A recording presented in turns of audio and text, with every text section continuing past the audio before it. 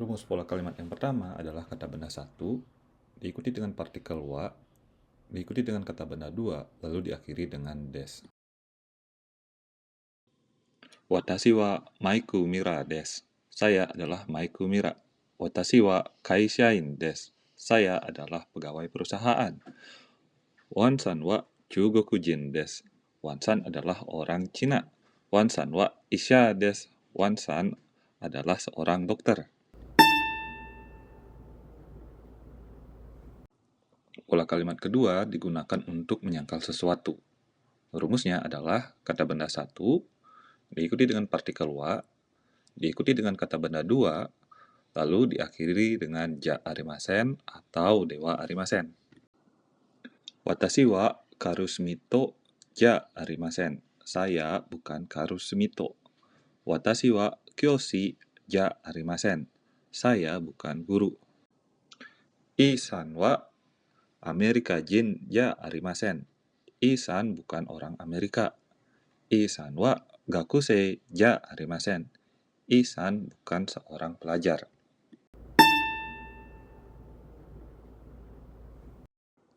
Pola kalimat ketiga adalah pola kalimat tanya. Sederhananya, apabila di akhir kalimat ditambahkan dengan kata ka atau hiragana ka, maka kalimat tersebut akan menjadi kalimat tanya. Di pola kalimat ketiga ini, mereka menggunakan pola kalimat yang sama dengan pola kalimat yang satu dan kalimat dua. Jadi, kata benda satu, di mana di sini menggunakan anohito atau anokata, lalu diikuti dengan partikel wa, lalu diikuti dengan kata benda dua, lalu diakhiri dengan desu yang ditambah ka. Diakhiri dengan des ka. Anohito wa Kimura-san desu ka? Apakah orang itu adalah Kimura-san? Anohito wa Maria-san desu ka? Apakah orang itu adalah Maria-san? Lalu, apabila kita ingin menanyakan siapa dengan menggunakan pola kalimat ini, maka kita hanya perlu menambahkan kata siapa, yang mana di sini bahasa Jepangnya adalah dare atau donata dalam bahasa halusnya, ke bagian kata benda dua, sehingga kalimatnya akan menjadi anohito wa dare desu ka, yang berarti siapakah orang itu.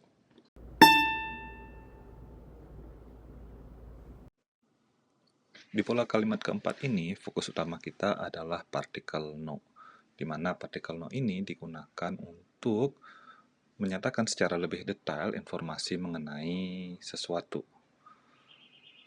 Ini sendiri sebenarnya merupakan pengembangan dari pola kalimat yang pertama. Apabila pola kalimat pertama itu terdiri dari kata benda satu dan kata benda dua, di sini kata bendanya itu dipecah. Dan dalam kasus yang pola kalimat nomor 4 ini, yang dipecah itu adalah kata benda dua, di mana diberikan keterangan yang lebih detail dengan menggunakan partikel no. Partikel no ini sendiri juga bisa digunakan untuk menerangkan kepemilikan, kepunyaan, asal dari sesuatu atau seseorang, lokasi dari sesuatu atau seseorang, dan biasanya juga untuk menerangkan kaitan antara kata benda satu dengan yang lainnya.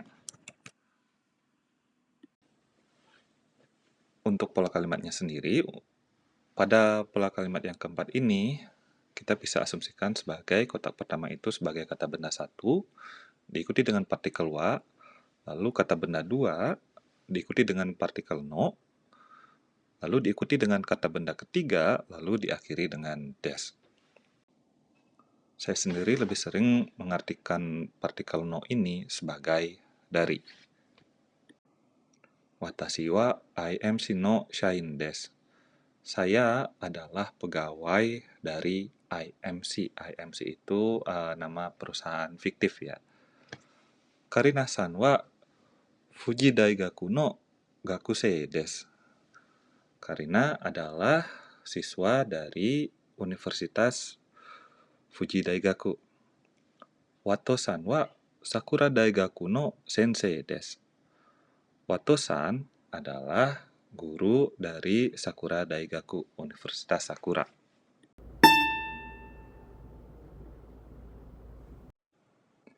Di pola kalimat kelima ini, kita dikenalkan dengan partikel mo. Partikel mo secara sederhana bisa diartikan sebagai juga. Jadi di sini sebenarnya di pola kalimat kelima ini, di contoh kelima ini, itu ada dua kalimat.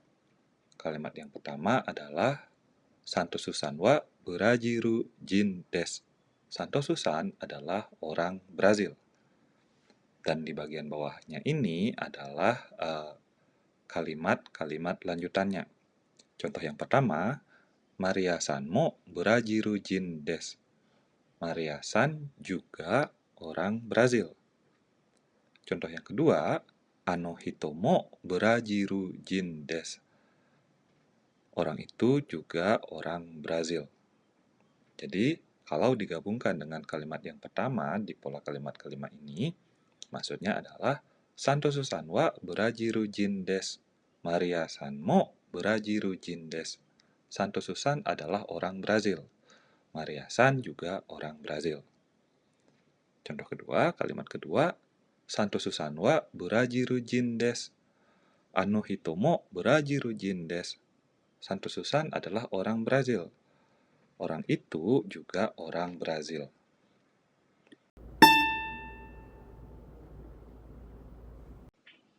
Di pola kalimat ke-6 ini, kita belajar cara untuk memberitahukan umur seseorang.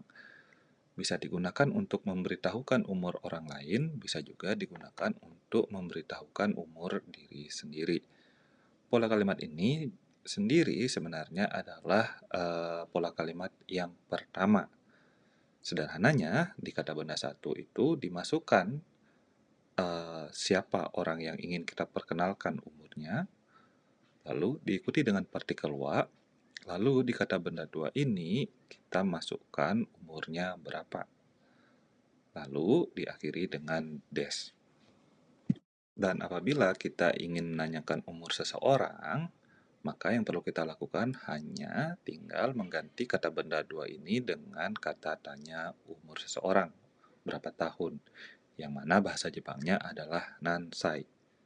Jadi simpelnya kata benda satu diakhiri dengan partikel wa, lalu ditambahkan nansai atau oikutsu, dan ingat karena ini adalah sebuah kalimat tanya, maka desu-nya ini berubah menjadi deska. Teresa-chan wa 9 sai desu. Teresa berumur 9 tahun.